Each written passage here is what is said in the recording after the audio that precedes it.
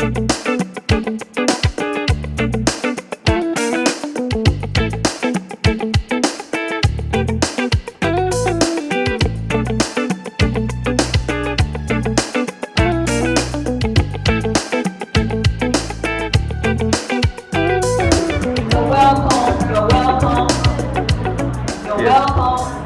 the maiden edition of the Lifestyle Club meeting or club activity of the Redeemer's Health Center.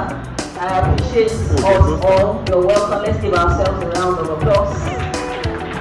We appreciate you and we appreciate our facilitators. We appreciate everyone. Thank you for coming to join us today. But before we start with, I would like some people to sit in front. Thankfully, the medical director of the Redeemer's Health Center and person of Dr. Ibode walked in right now. We want you to sit in front. Thank you for coming, sir. Please come and sit in front.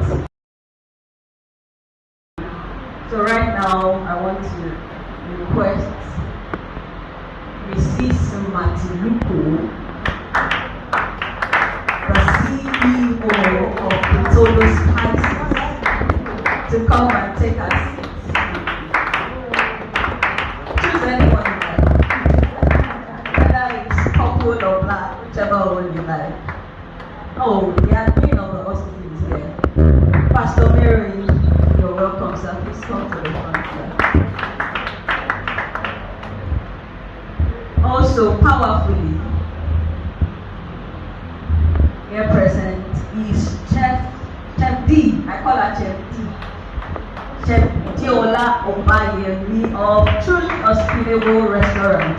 Yeah, the redemption family. Please come and have your seats. Thank you for coming. We appreciate you. And my humble self, I remain giving you everyone another blessing.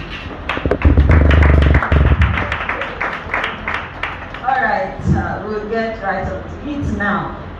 So, the idea, if you've heard me talk about lifestyle, there are 6 pillars of lifestyle medicine. Oh, we are going to cook today, and there are some people who are going to partake of what we are going to cook today. And you'll be one of those people if you get our question.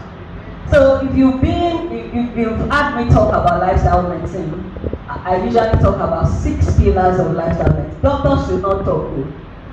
Please, if you know the 6 pillars of lifestyle medicine, please can I have your hands, please? The 6 pillars of lifestyle medicine. 6 pillars. I've said it again and again and again and again. Interaction, that communication. That's 2. Exercise. 3. Diet. 4. Reduce stress. 5. Stress. One more. Still give my round of applause. Para wants to add the last one. The last one. It's still part of diet. So sometimes it's still part of the diet. The last one, anybody? She mentioned, yes. She mentioned it. The last one, she mentioned. She mentioned that. Avoidance of harmful. Yes, the last one is avoidance of harmful substances like alcohol and tobacco. So, ma, I'm going to eat out of your food. Yeah, so those are the 6 key pillars of lifestyle medicine. And how did lifestyle medicine come to be? I like to say it again and again. Because you know that there's increase of chronic diseases now. Things like diabetes, hypertension, and all of that. And then we look at it that how do we tackle these chronic diseases from its root? So yeah, we can call lifestyle medicine what tackles diseases from its root cause. So many of the things that we see center around these 6 things. Our diet, number 1.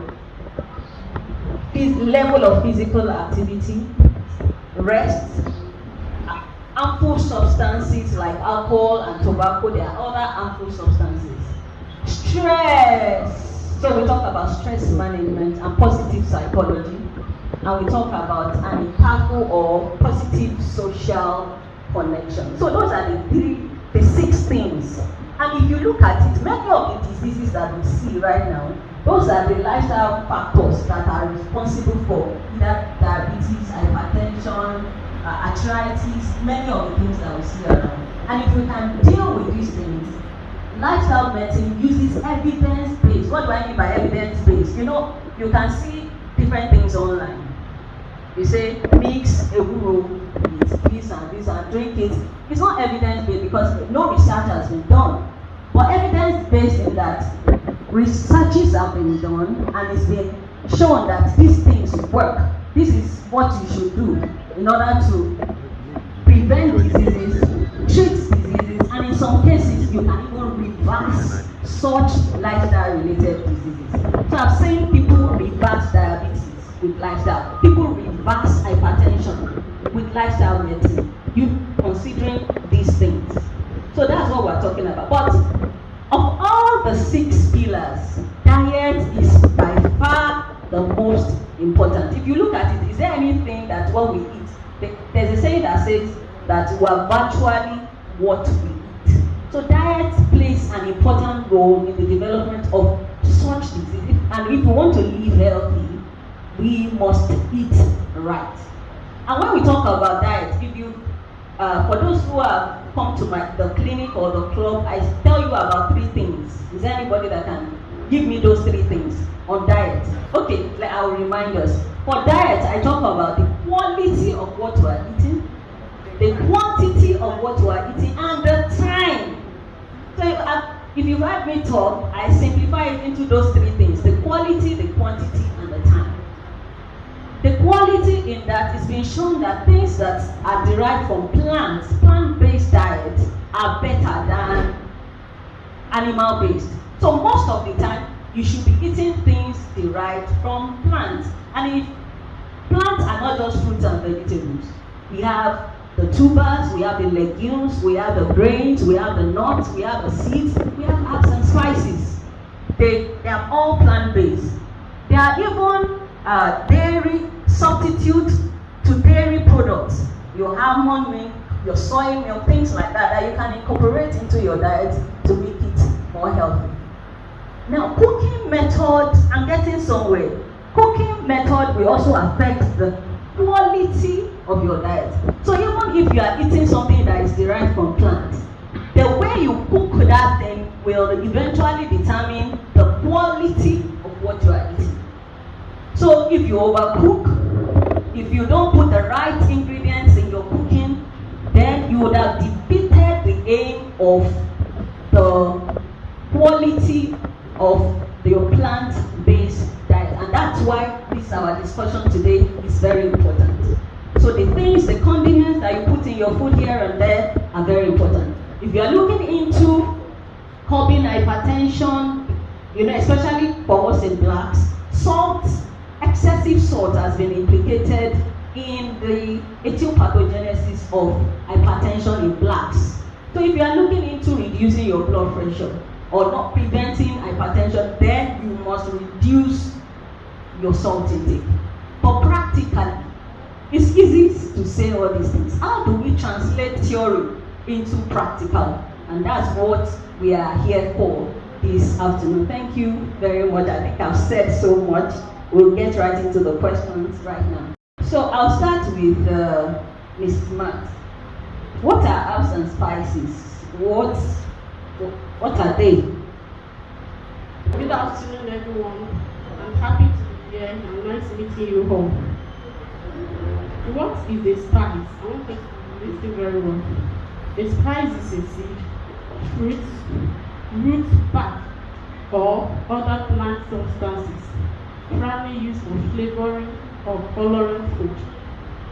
Natural spices are those spices nature has blessed us with. They are unprocessed, without any additive.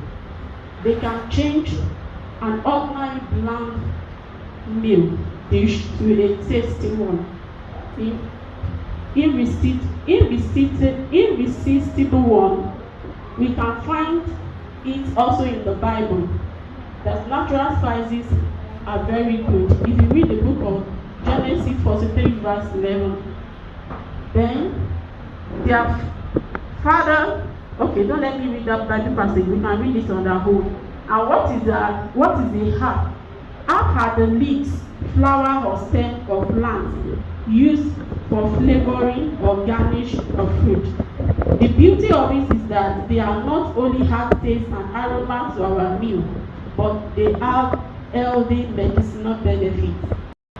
So, can we say that herbs are from leaves and spices are basically roots? Yes. Yes. Okay, so I hope we got that. So the second question is going to go to Chef D. What is umami? Because we said umami, the essence of deliciousness, attaining umami with use of herbs and spices. So what is this umami? Good afternoon, everyone. Thank you so much, Dr. Lule, for the privilege once again. So umami is, first and foremost, a Japanese word. So the word umami is not English or any other language, it's Japanese. And if you are to look for a word to describe what umami means, it means deliciousness. So in this part of the world, our tongue tends to lean towards, this savory taste, which is why many of us like to use, what we know as the bouillon cubes, seasoning cubes in our cooking, because our tongue tends to tilt towards that delicious, that savoriness. Now, there are 5 basic flavor profiles. So you have sweet, you have salty, you have sour, you have bitter, and then the umami was later added to the flavor profile, making it 5. So the umami basically is the deliciousness. It can also be described as savoriness. So it's that tasty profile that your tongue would have. So when you eat jollof rice, for example, jollof rice. Yes, it has umami. That's umami. That's the umami. Yes. Yeah, and just to say that the tongue is actually a trainable. Yes, very trainable. Based on what you said, the tongue is trainable. So it's what you appreciate in a food will depend on how you have trained your tongue. So over time. So the things that you have subjected your tongue to over time will determine how you appreciate a particular meal. So let's run along. So Mrs. Matt, what factors are to be considered with the use of spices? You can, before I really got to a grasp of the use of herbs and spices, before now, I will add a spice and everything, and the food will turn out not good. So what are those things you need to consider before you use a particular spice? Number 1 factor is that we should consider the health benefits that we are going to derive from it. Then number 2, we should consider the nutritional value. Then number 3 is the taste, the aroma and the flavor that we're going to derive from it. Basically, aside the health benefits you are going to get, you should know how each of those spices taste and what you want to derive from them. Do you have anything to add? So every spice and every herb has a flavor profile. So for example, cinnamon has a sweet note. Star anise also has a sweet note. So you have to understand the flavor profile of each herb and each spice. In the same vein, every herb and spice has what it would complement and what it would magnify. Now in every food there's an innate flavor. So for example, tomato has umami. Tomato is one of those ingredients that has umami amongst other ingredients. So some spices or herbs would help bring out or enhance, which is basically what herbs and spices do. would enhance it. So for example, there's a herb called fennel. So fennel works very well with fish and with chicken. So when you have an understanding, and then something that's very applicable to many of us, you know all the pepper spices. I don't know all the English names. We have the one they call yongo, the very long black one. We have the Negro peppers. We have the one they call omilo. We have the ehuru. We have the uda. So all those things, they go very well with any protein. And then bringing them all together, you can tell that it's a good marriage of all those spices together. So you have to understand the flavor profiles, and then you have to also understand what it will complement or enhance. So every food has its own taste, but to augment that taste, you must know what to add to it to augment it. Thank you very much for that. Can you help us categorize spices based on the function or effect on food? You've started, maybe you should just continue. Categorize like what? Just any example? Yeah, okay, so you already said there are spices that are general spices. Some, they are for fish, fish, F and F, fish, I like coding a lot. So, for meat, the things that will go well with your soup, your stew. As generic spices? Yes. Okay, so there's like an A to Z of spices. All these things are on the internet for us to learn from.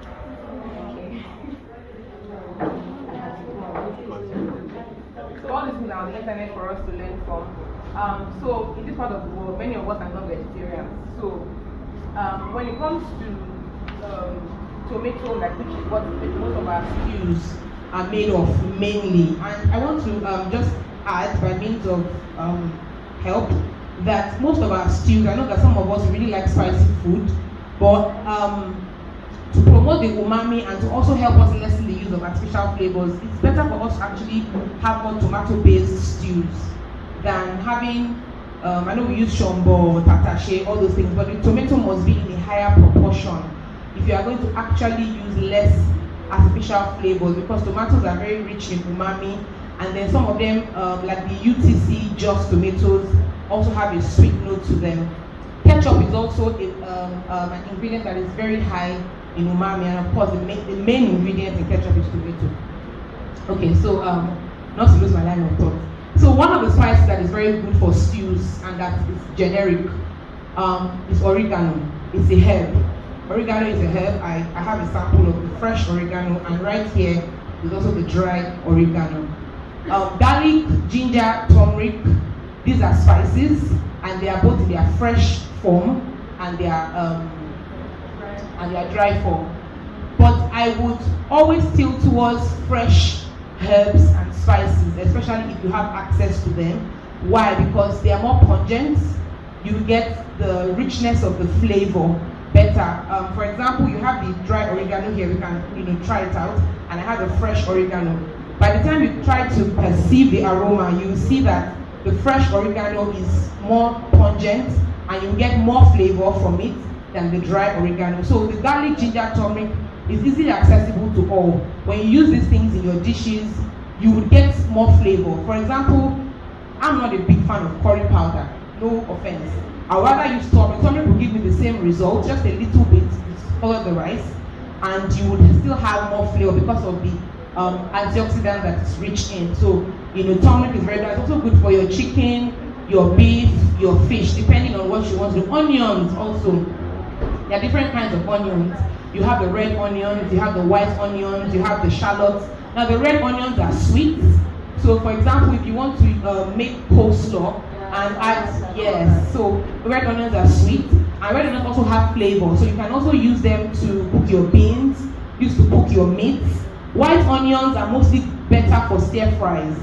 White onions, they also have a slightly sweet note, and they're not as pungent as a red onion. Should I go? Okay, let's because if we go on and on and on, then we won't get to the meat of the matter. So, Mrs. Matiluko, when is the best time to add spices to our meals? When is that best time? If you start your cooking, Is it at the point where you're adding your oil or you're adding your pepper at the beginning of cooking or at the end? Even for salt, when is the best time to add? To me, I would say that the best time to add spices is when the food is almost done. And we have spices divided into two. We have the dry one and the fresh one. So the dry one is the taste, the flavor come out more longer than the fresh one. So to me, I believe that that's what I practice, although I put it when the food is almost done. Or 10 minutes to when the food is almost done. Thank you very much. Do you want to add something to that? For dry spices, in my research and my experience, I discovered that because the flavors are not as pungent as the fresh, you would have to use it earlier on in your cooking so that it can infuse properly in your food. So for example, most of us, I'm sure we know pepper soup. Pepper soup spice, the grounded pepper soup spice. I recommend you even make yours, buy it fresh and grind it yourself. So I will start the pepper soup with I divide my spice into two and start off with a portion of the grounded one so that it can be properly infused into the broth of the pepper soup. And then at the tail end, I can now add just a little bit, but I will start it off because I want my broth to be properly infused, to really soak up the spice. Thank you very much. From my experience, I didn't go to culinary school. All the things, well, I did too, by virtue of lifestyle medicine, we did some culinary science and medicine, a little of that. But from practice, I noticed that when I add salt at the beginning, when I'm starting my cooking, the flavor comes out better than salt and enhancer. It's an enhancer. So bring out the innate flavor profiles in your food. And I know that your bay leaf is also yes, bay leaf it has on its own. Bay leaf is nothing. Bay leaf is bland on its own. Please listen to this. But then it helps bring out all that. So if you combine bay leaf with your star anise, your ginger, your garlic, celery, carrots, onions, it brings out all the flavors of those things much more than if bay leaf on its own in water is nothing. It's bland.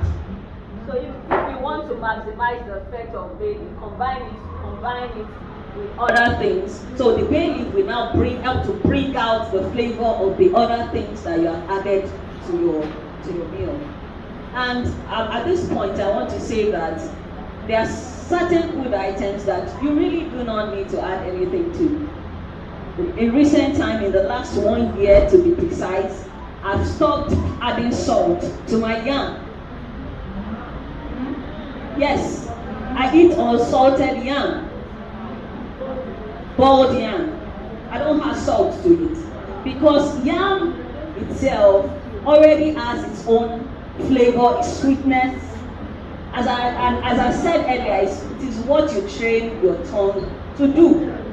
I'm going to eat that yam with a sauce. That sauce is going to be salted, and then I'm going to add some seasonings to it. By the time I pick my yam and it balances out. So I'm going there, even for my rice. Traditionally, Asians do not even salt their rice because they are going to still use their other sauces, their soy sauce, oyster sauce, fish sauce, and all those sauces. So they do not, in fact, it's like a taboo to salt your rice. I'm telling you for a fact that is what I practice. And someone here can tell you categorically that my meals are delicious. Give me a round of applause. Okay, so for your rice too, you don't need to add beans too. It has a natural flavor and taste. So there is no need of having salt to it. You can just put natural spices and the pour will come. Yes. So people are practicing these things, but you may not get there in a day. Lifestyle, imbibing a healthy lifestyle is not a sprint. What I mean by a sprint is that it's not a 100-meter dash. It's one step at a time. A baby steps culminating into bigger steps. So and as you imbibe this thing, you shed you share several weights, you bring on new one, you see that at the end of the day, things get better. Okay, let's move right on. The next question, set of questions. How do we leverage on the natural flavors in food? There was a time I came to your restaurant, when you opened your restaurant, and you gave us one fish, and you said that you didn't add salt to that fish, or I can't really remember. We didn't use any artificial flavoring. It was just salt and spices and herbs. And it was really nice. There was one particular rice too that you said you didn't have any. So how do we leverage on the natural flavors of inherent in foods to bring umami out? So I think the first thing to understand is to know what really works, what blends together. Because just like you mentioned earlier, that you tried to put different things together at one point and it didn't quite work. So, and sometimes it's practice, just trying different things. You might not get it all at once, but understanding that not every spice works with every food.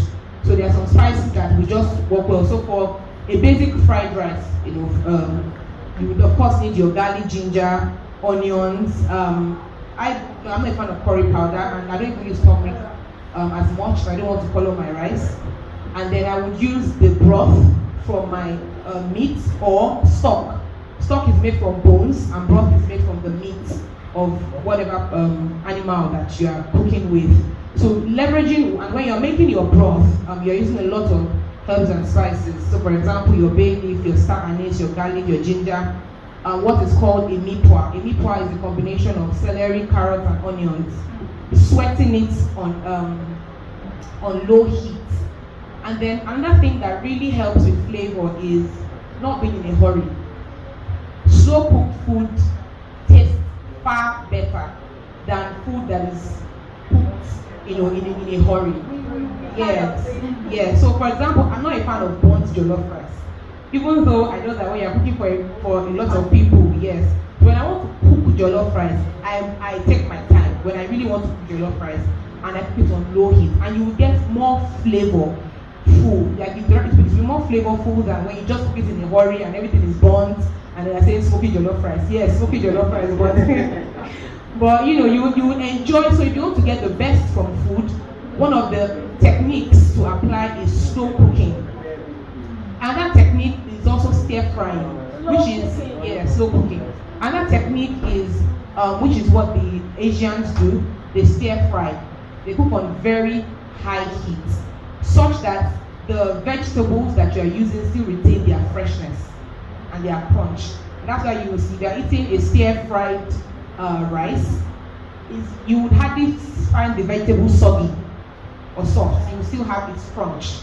So you are cooking on very high heat, and you are flipping your food, even if you don't have that technique, but on very high heat for a stir-fry. So the technique of the stir-fry is that there is high heat. So the food cooks in about 10-15 minutes max. So that's another technique. And the third and the last I will give, there are so many other techniques, is browning.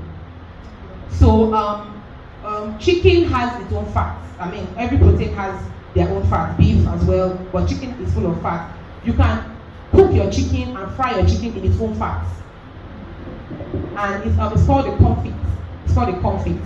So when you do that, it's full of flavor, and that same fat you use to cook it, you can use to cook your rice, your jollof rice, for example, or your fried rice, and there's so much flavor from it. The same browning technique, you can apply it to your fish, the oil you have used to fry your fish, or your beef, or whatever. You can use that same oil to cook, and the flavor profile of what you have cooked will be by far different if you just use plain bland oil. So these three techniques. But thank you very much, Chef. But that's coming from a culinary perspective. But for me as lifestyle physicians, we don't advocate using oil for repeated. In its own fat. So it's not in its own fat. So that means it's almost like you are using two techniques in one. You are slow cooking. To achieve a chicken confit, for example, you have to slow cook it. That means the heat is on the lowest possible. These burners that have like different sizes. So you use the smallest one and you use the lowest. So that means you can cook that chicken for 1 hour plus. So when it's done, it will secrete its, you know that yellowish fat that comes, yes. So when it's done, it will secrete its oil and then it will fry on its own. So it's not, I think you call it trans fat or something like that. So it's not. Now, well, every oil has its smoking point. So clarify that point. Yes, low heat. But I would rather discard that oil.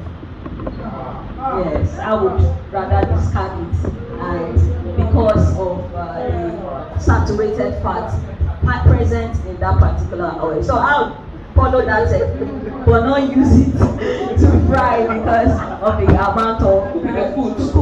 But either way, it's still there. Yeah, but you have reduced. You brought it out. Except the only way you can completely or almost completely eliminate it is to get rid of the skin. Exactly, that's another approach to it. Yeah, but even if you're cooking things like beef, there's no skin with beef. I mean, of course, they've gotten rid of the cow skin now. There's the steak itself. It has a fat in between, so it still has its own fat in it.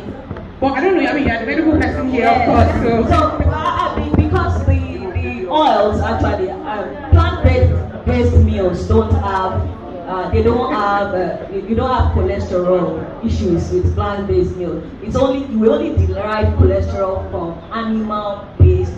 There are substitutes to cholesterol, phytosterols in plant-based meals, but that are good for the body. But cholesterol, only derive cholesterol from animal-based meal. So even when I use my broth for cooking, what we call omiero, what I do is I love omiero. You cook your jollof rice and other things, your pasta and all with omiero. But you know that omiero has a lot of fats, animal fats in it. If I'm going to make use of it tomorrow, I try to make my chicken or meat today, and I put it in the fridge or freezer. Now, what happens is that the oil would have gone up, and then I scrape it off, and I can use what is left, and it still gives me that taste that I'm looking for. All right, let's run fast.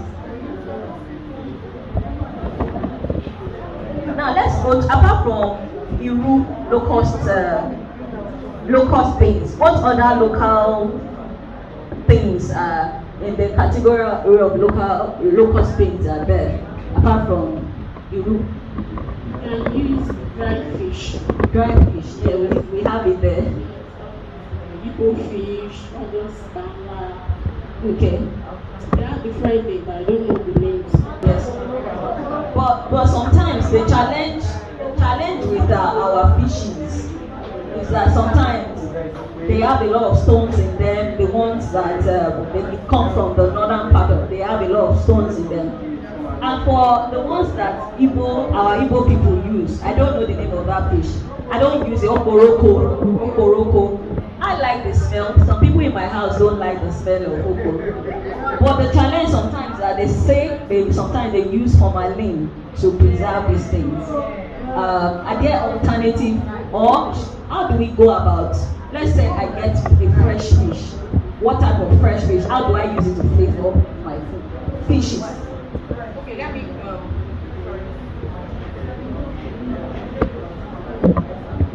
Okay.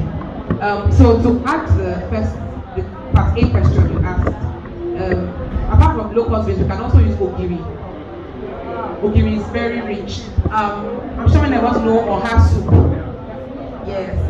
So my oha soup, like I can legit go make oha soup without using any seasoning cube. Same thing with the ofe onugbo, the bitter leaf soup. You can make it without any seasoning cube because ogiri is very rich in umami. Ogiri. And egusi jebu is also egusi jebu also has ogiri. So in place of iru, you can use the iru woro or the iru pete and then the ogiri to replace. For that. And then for the okoroko, funny thing is that fish level from here is an imported fish from, I think in Norway. Yes, thank you, sir. From Norway. Yes. There are different types. So it's cod, right? So you have the salted cod, it's cod fish. So you have the salted cod and you have the unsalted cod, and it's fermented. And fermented foods are good. I mean, yeah. So locusts, ogi, they're all fermented. So it's very good, and that's why the Igbos use it a lot. And you can get away with cooking the Igbo soups without any seasoning cube, because fermented foods are rich in umami. Like yogurts that have probiotics, it's rich in umami. So you can use the stockfish. What I do is I wash with salt water. Sometimes, because I also don't want to lose the flavor, because when I want to use the stockfish, I could have, after washing with salt water and getting out all the debris out of the fish, I would soak for a while and use that water to cook. Because when you soak it for a while after cleaning, you see that the color of the water has changed. That water is full of flavor. So I wash with salt water. If you have vinegar, you can also use a vinegar solution to wash, or use warm water and salt as against just room temperature water, warm water and salt to wash. But I think the formalin has a smell now, so you can almost even detect if there is any funny chemical on it. But I wash with salt before I use properly. I use crayfish. Crayfish is very good. You don't have the other. The red and the white, the one that looks like a white one. So before we move around and get on to the practical section, the use of sauces, your soy sauce, oyster sauces, and all. Okay, so what's your take before I? What's your take? I would like to borrow from what you are doctors tell us, that everything should be done in moderation. So I think first and foremost, that's very key, moderation. And number two is, from research, it's actually safe to use. However, from my reading, I find that they say that some of them, not all, some of them have a carcinogenic compound in them. Not all. That's why I said moderation. And even in that research, it was stated that when used in excess. However, soy sauce itself is made from soybean paste. I have a soybean paste there. So soybean, and by the time you look at the process of how it's made, it's fermentation, and it's natural. There's nothing artificial. I mean, things added to it, barley, soya bean, and then it goes through fermentation for a while. Can we ferment? Yes, you can make it yourself, and then you add the wheat or the grain or whatever it is, and then the agent that causes the fermentation. So, I mean, if you have access to that, why not? You can make yours. I have a soybean paste there. Thank you very much for the time. I think this is a good point to go to the practical section. If we keep talking and talking and talking, we won't be here. Thank you, Mrs. Matibiko of Bright to do spices for the time. Thank you, please give her a round of applause. And thank you, Chef D, for everything. Thank you. So I think let's get right onto the practical section now. Thank you. Please, we can move around. Some of the spices are here for us to see, and then we are cooking. We want to cook. What are we cooking? We are making yam porridge with what? We are making a side sauce. No side, just the yam porridge. So the fish head, your lobster head, your prawn head has more flavor than the other parts of the fish. In the same way, if you are using chicken, are we together? If you are cooking with chicken, the chicken wings has more flavor than the rest of the body. Yeah. So what I want to do now, I want to make a stock. We don't have all the time. Here now. We don't have all the time, so I'm just going to make a thick stock, as against just using plain water to make the yam porridge. We don't have mero, but I want to make a stock with the fish, and I'm going to add different spices and herbs. And then I'm also using smoked fish. So ingredients that are smoked are full of flavor, right? So like your crayfish, when you expose your crayfish to a little bit of heat, it's more pungent in flavor than when you just use it alone, right? So that's what I want to do. So that means your pepper. I've seen some people actually roast their jollof rice pepper before they blend it. It has to be flavor. Yeah, so that's because roasting is a technique. Okay. That enhances flavor. So roasting enhances flavor. Yeah. So these are red shrimp heads. You can see this red thing. It's just coloring anyway, but the head of the shrimp is full of flavor.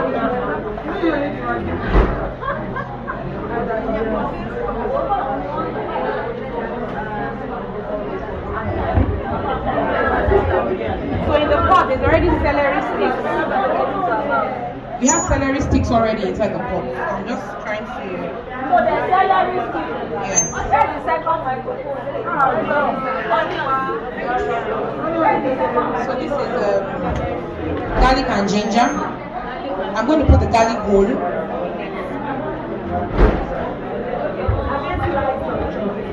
Anyone, but when you're making a stock Or a broth, you can use it whole. It will still, flavor will still get there. But the ginger is already grated.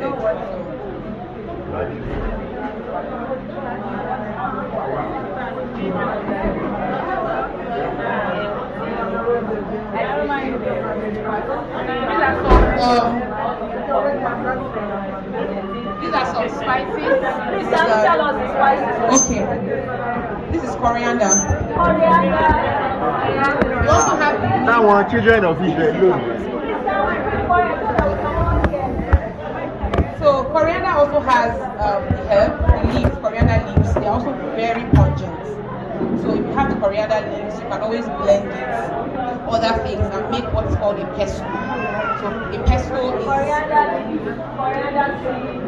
a pesto basically is a blend of different herbs, fresh herbs, and then you can use it to make your jollof rice or use it as a sauce base to make your pasta.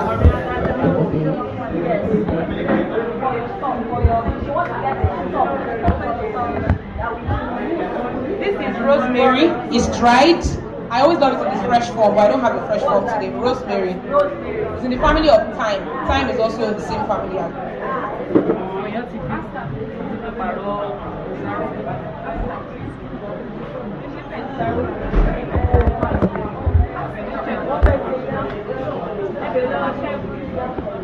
This is fennel. I talked about fennel earlier as being very good with seafood. This is fennel. It looks like I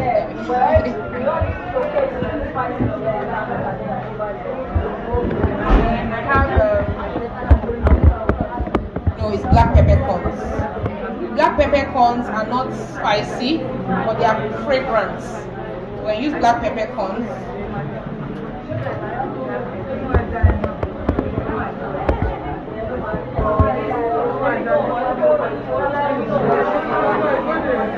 and then bay leaves. Bay leaves. So bay leaves will help to enhance the flavor of the Jollof rice, so anything. So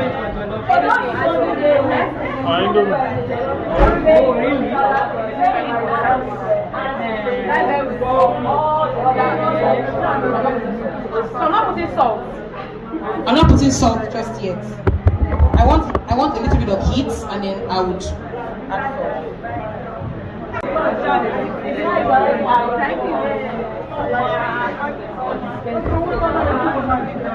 I want the heat to catch on the spices I put, and I'll add water and salt.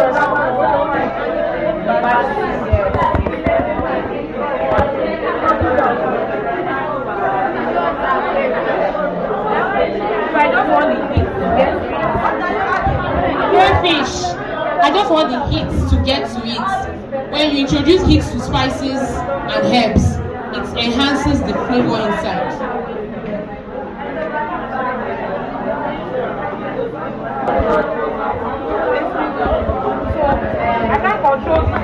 unfortunately. But I'm just trying to sweat the things that I also added onions, so I want to sweat and bring out its own juice.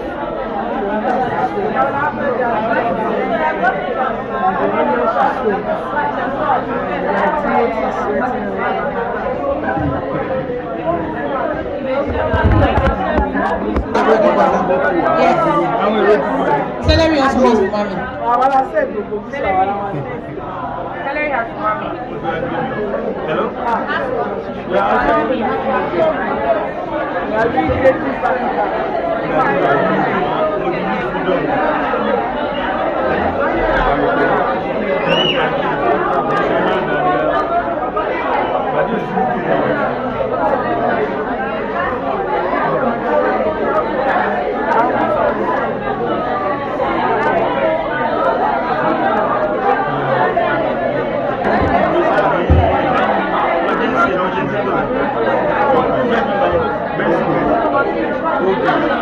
Immediately got it right. She knew that I no, not yet. They've already got it over there. The essence. You claim your salary to them. The money you have to. She came with the money you have to. They are different. Fennel looks like rice. Green, it's green.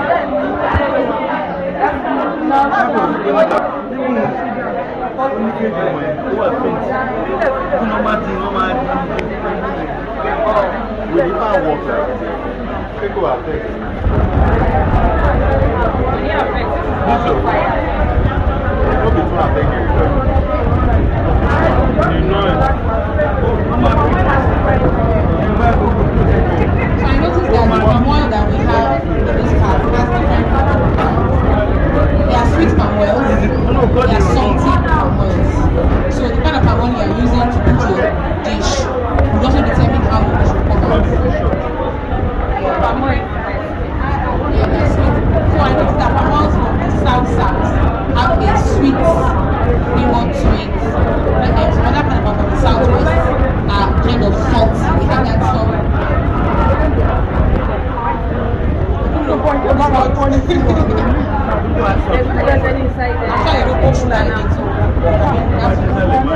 It was just one paprika, about 3 scotch bonnets, spring onions, and then one green pepper.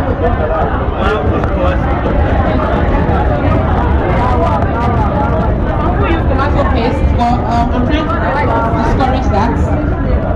I don't eat too much of my cooking except for jollof rice.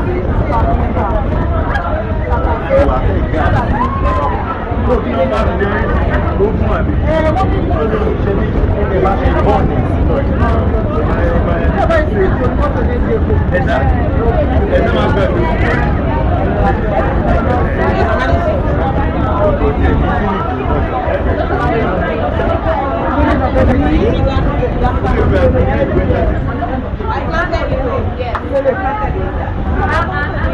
Let me see the oregano.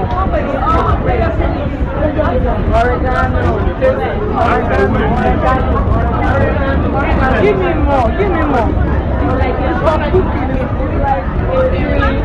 Yes, I planted it. You don't even need any special soil because the soil is It's not even blooming. It's dry and it has blossomed so well. It's dry.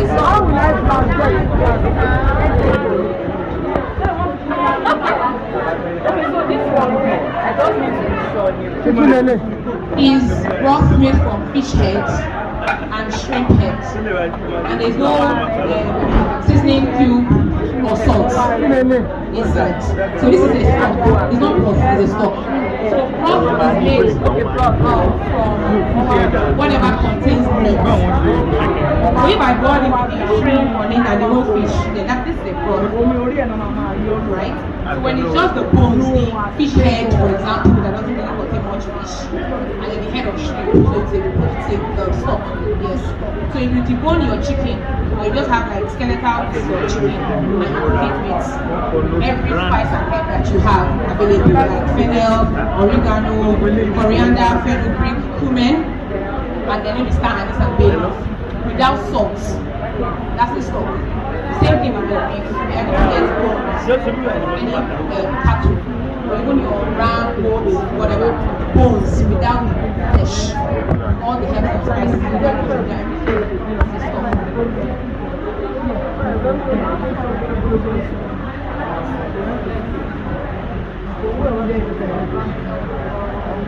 So just prepare, I'm not putting anything, nothing, just It's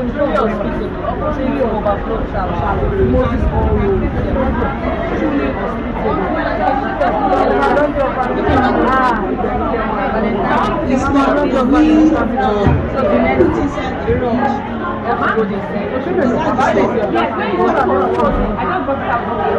when you make your stock, you have to put it in the freezer and you take once it goes out, you can use that anytime.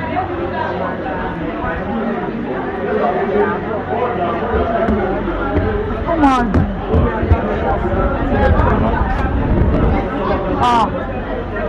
I want to add Like I said, I'm using smoked fish as well in this recipe. So I have the bones. So the bones are not tasteless. the head of the fish already.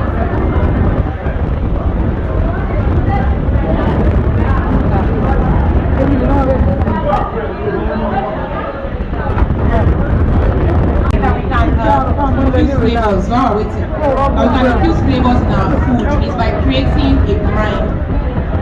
So, for example, if you want to maybe barbecue chicken, you can put your chicken.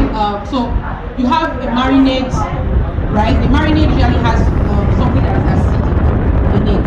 Brine is just salt and water, basically. So what now makes the marinade is that you are introducing something acid in it. So you can use your citruses, for example, when your citruses lemon, lime, or even orange, pineapple. You can also use vinegar.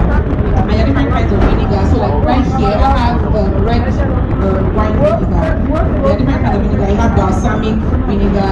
You have the apple cider, and there are different kinds. I mean, more than 20 kinds of vinegars.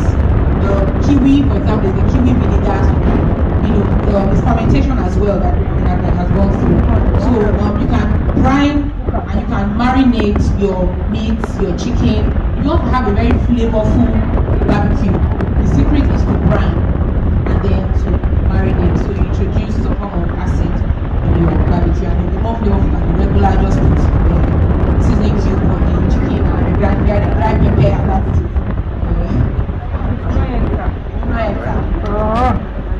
Sorry, is it the marinating that produces acid? No, so I said that the difference between a marinade and a brine is that the marinade has some form of acid, which can be either through maybe your oranges, your lemon, your pineapple, yes, or vinegar. Yes, ma'am.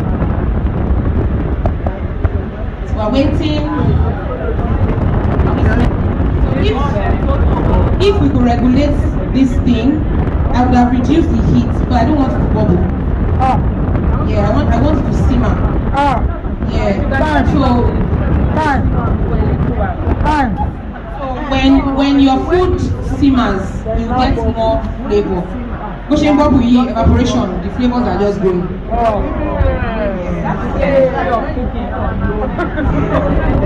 You can see that the color of the broth has changed. Yeah. So that's part of how you know that the flavors are being released.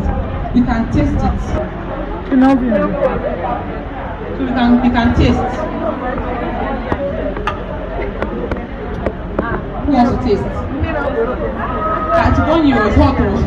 Use this one. You can have like outside the water, so you can just taste and put the spoon back. Show his face now. Show his face as he tastes now. That's the taste. I haven't even tasted it myself. So. I like the shot.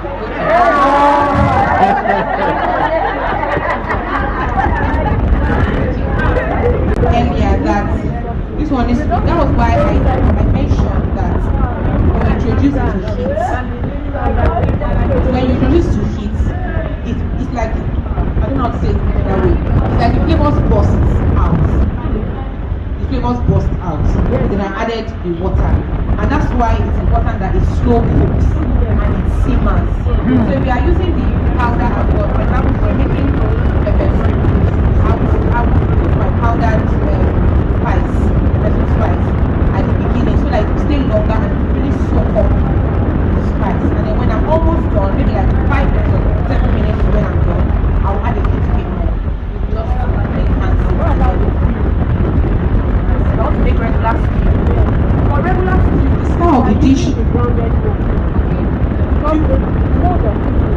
Yeah, if you're using, of course, if you're using making stew, your spice has to be grounded because the consistency of your stew is smooth.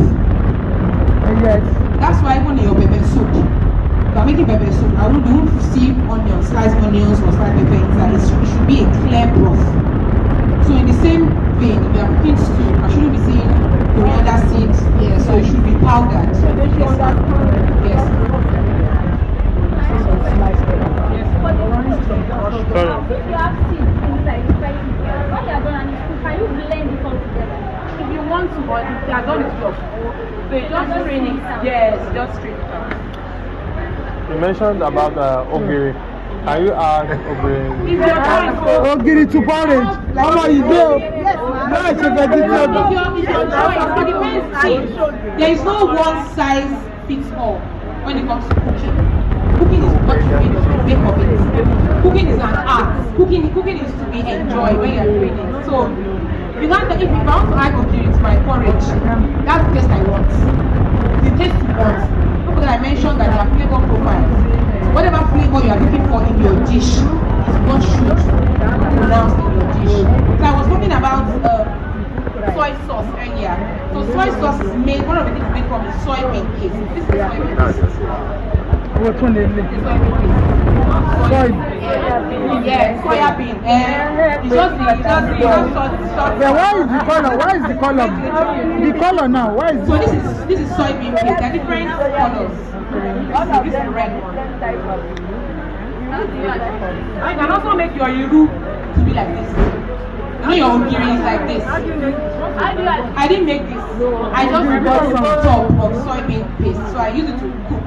Mostly I try it with Asian sauces. So like I don't want to do regular rice and stew, and I want to put some veggies so like carrots, white onion, bell peppers, maybe chicken. So I want to do vegetarian stir fry. I need to control. If you are at home, have time. Cooking takes time. Give it at least an hour. An hour? Yes. At least 1 hour. Yes. I say nurse. That's why I said good food and flavorful food takes time. It takes time. It takes time. So many times, most chefs know is that they prep. Right? It's what I wanted to show us. That's why I brought this. This is a stock. This is a broth. So this one takes a longer time to do, 2 hours. And stocks must have the basic component of what is called a mipwa. A mipwa is a combination of sweating, carrots, onions, and celery. On low heat, yes, you sweat it. So that means that your carrots, your onions, and your celery on lowest heat, it brings out its own water. No, not blended though. Carrots, so you can have it sliced one. Yes. But what we usually do is sometimes, you know, when you buy your carrots, you always peel it. You peel your carrots. You don't peel your carrots. You scratch it. You scrub it. Okay, so I wash my carrots very well with salt water or with vinegar water, and then I peel. So that peel, I don't throw it away. Yes, I use that peel with even my onions. These onions now. If I take away this part, this first layer that is brown, I wash my onions very well with salt and water.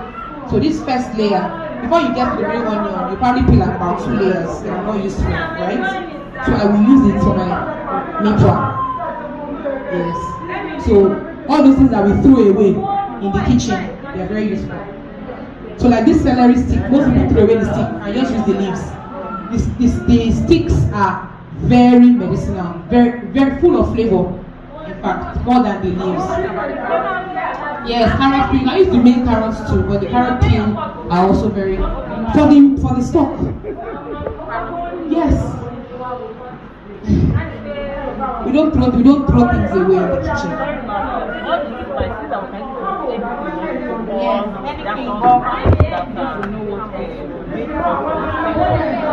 So like these particular ones that I used coriander, I used cumin, I used rosemary, I used fennel, I used black peppercorn, I used fenugreek.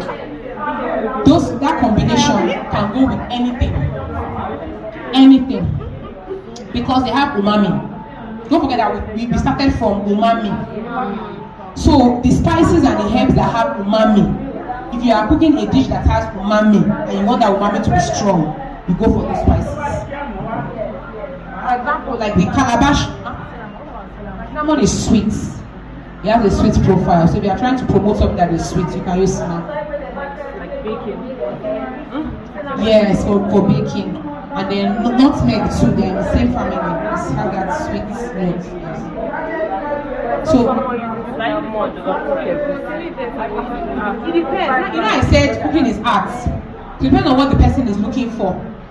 If the person tried it before and it came out nice, you can do it. Yes. And food should have a balance to it as well.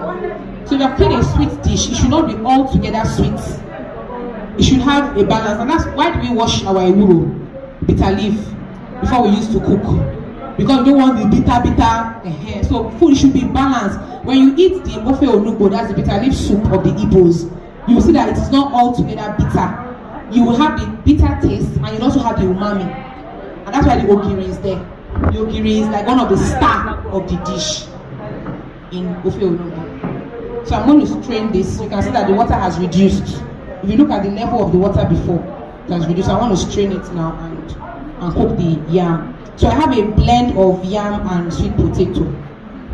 Perfect. The burner. No, you didn't. It's not on. What is the one connected to the side? The other one was right.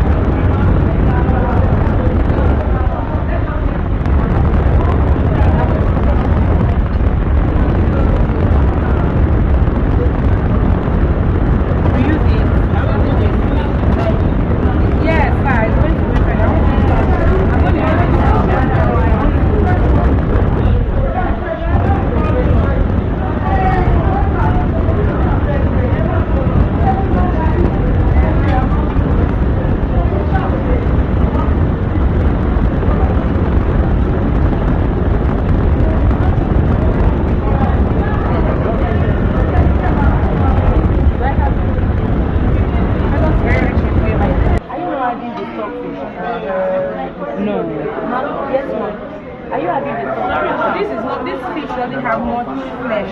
It's bone. It's just a head.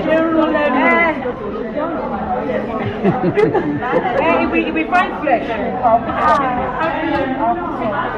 But you know it's cottage, it should be melting in your mouth. It depends on how you like the texture of your pottage. Me, I like my pottage very succulent and soft. That's why you see I have a hand whisk. To I will mash mash it. it up so that it melts, just melts in the mouth. I would like it to be Yummy. yummy. I don't know. They have definitely the whole level of process. Yes, It should be soft, mashy, you know, like mashed. You will still mash different. Yes. If you don't like your, it depends on what you want. Depends on who are looking for. Right? If it's for me, and for some other people that are like me, you like it mashed. So to make your work easier, instead of using spoon, do like this. Just your hand with this hand. So that makes sense. Very soft. Yes. But the yam is very soft. The yam is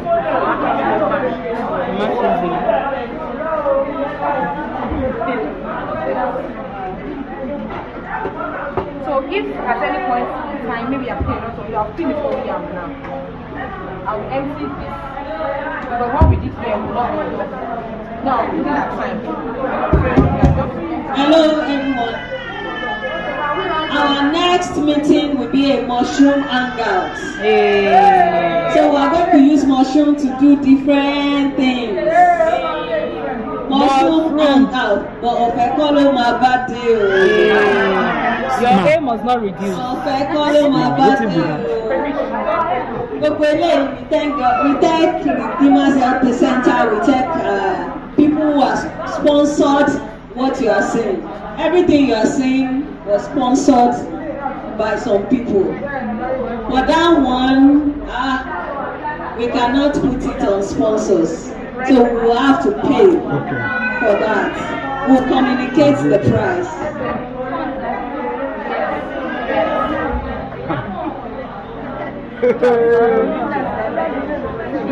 Bá délé yìí, ó ṣí èsì sí wọn. Ó dọjọ́ kejì kò tó jí. fresh orange juice. So I washed it and I just wanted I didn't have the luxury of time to naturally buy it, so I wanted to cut out the dry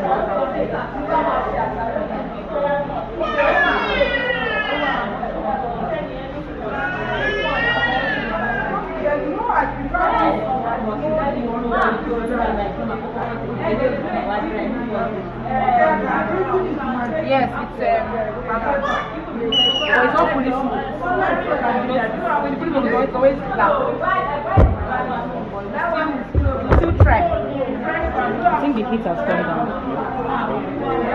Just go down. Okay.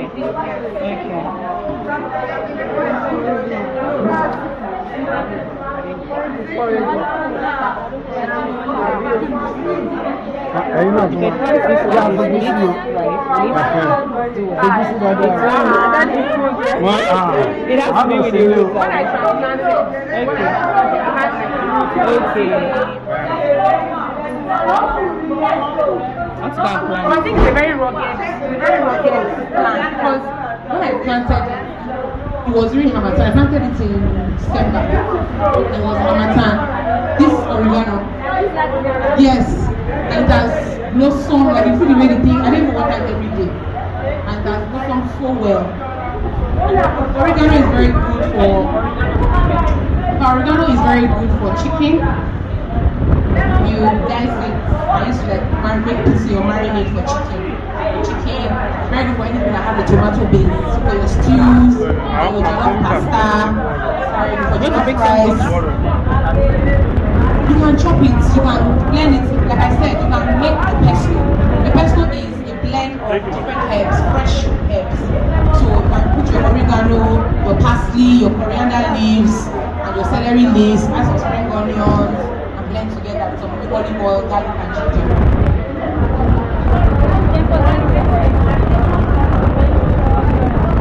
Ewé kílẹ̀ yìí mú dání. Ewé oregano.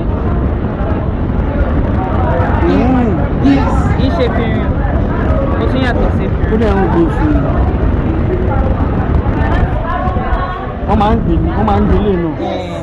You put salt, and I forgot to mention the best kind of salt to use when you're not using sea salt. There are different kinds of salt. Sea salt. Sea salt. When you want to season your meat, better to use kosher or plus sea salt. Though they are different, they are That's okay. For what? they see. All of this one. They see. Star anise. So that's very good if you're making a broth, if you're making a stock. Scotch bonnet, country onion. Let me show you. Why is it alone? Because it's very pungent. The flavor is very, it has umami.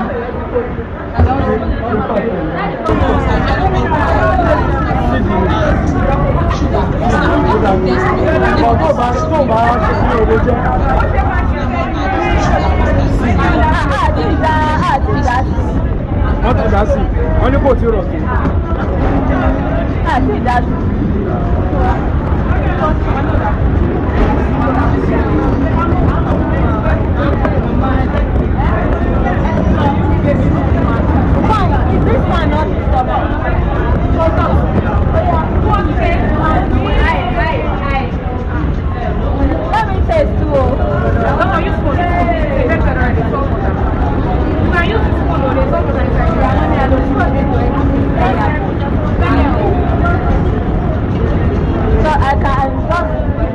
Ẹ má bu obìnrin lé mi lórí o.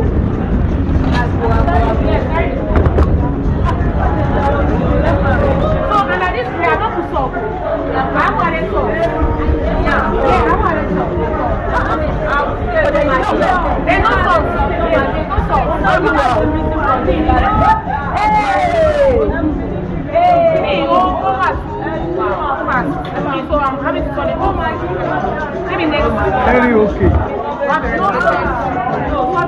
You know that no, very okay.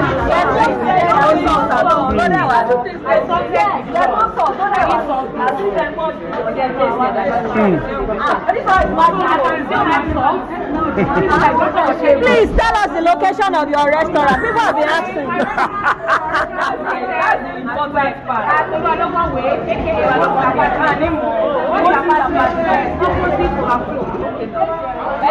Opposite of our flow.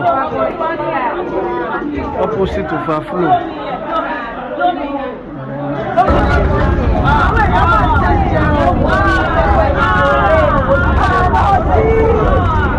Somebody with fried fish, fried pan.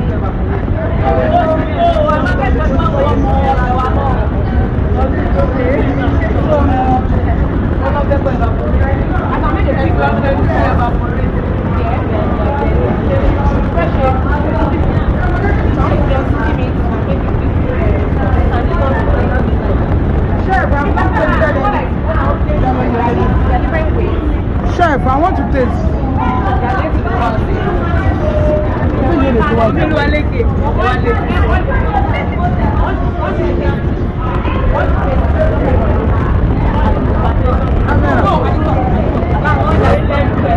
Hello, will you put that thing down?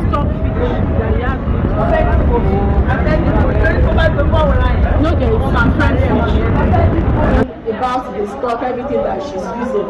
If you know that you don't have the ability to get all these stocks, you can get a good spices like the one I'm selling. You combine it together. All the one she has told us, just grind it together and use it to cook it. Okay, instead of because the fish and use crayfish. Yeah. Yes. You still have the same. Hey, Jesus.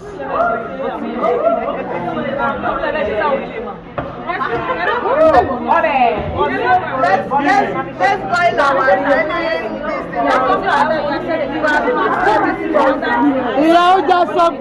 Which one are you doing here? I don't understand. our remaining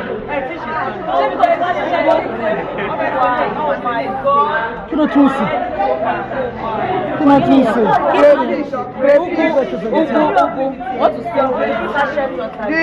the vegetable that we will use to chop with this Sachet of water. So sorry, ma'am.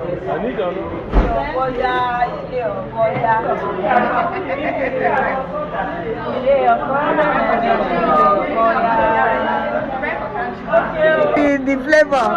You don't tell you to come out. It's provoking. When you slap on you. Provocator.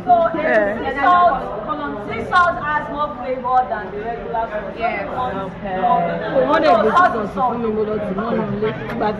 Sea salt, Sea salt. The time where we be small children. Waiting now.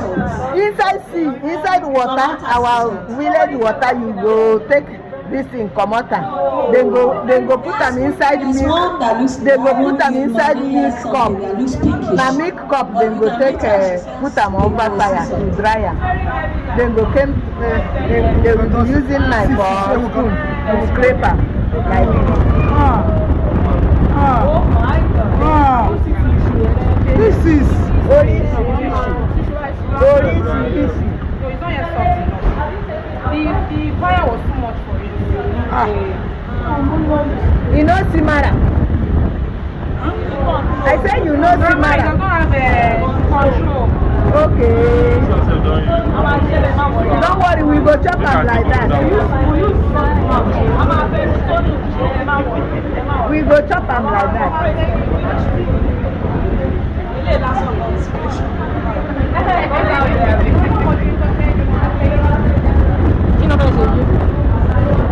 We dey steam our vegetable. Don't do, make it not become open man.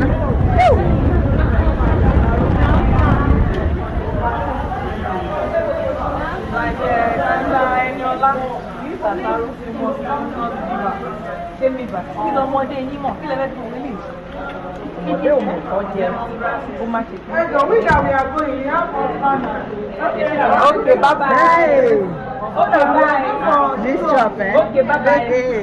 What type of fish is this? This chop. Yes, Grandma. No, this one looks. No. What? Which? Looks like Ode. Titus fish, eh? Na Titus. How you sabi Titus? Na the back you go take sabi Titus. But I sabi am say na Titus. You understand?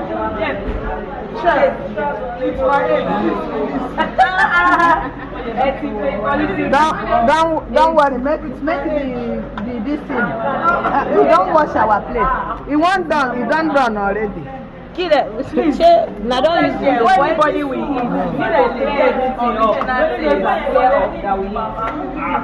Clear up, okay. Yes. The people wey go clear up na the bottom of the pot dem go lick. Na the thing wey dem dey lick. Na the one wey remain for the bottom of the pot. Na him the people wey dey clear up. That's Yes. what is that? Mommy, what is that? brush. Stop, Mama. Okay, now stop. Na from bone you make am. Yes, fish head and the head of shrimp. Okay, I didn't know that. Go and say no more. I didn't know. Head of fish. Say let's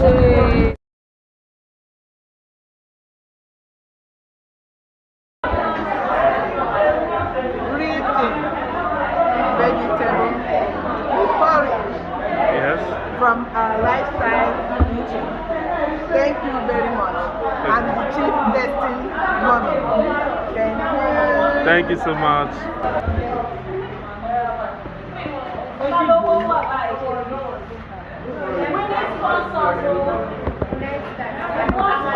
First taste.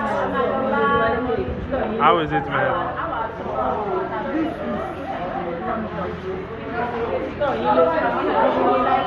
From the rate of 1 to 10, how would you rate it?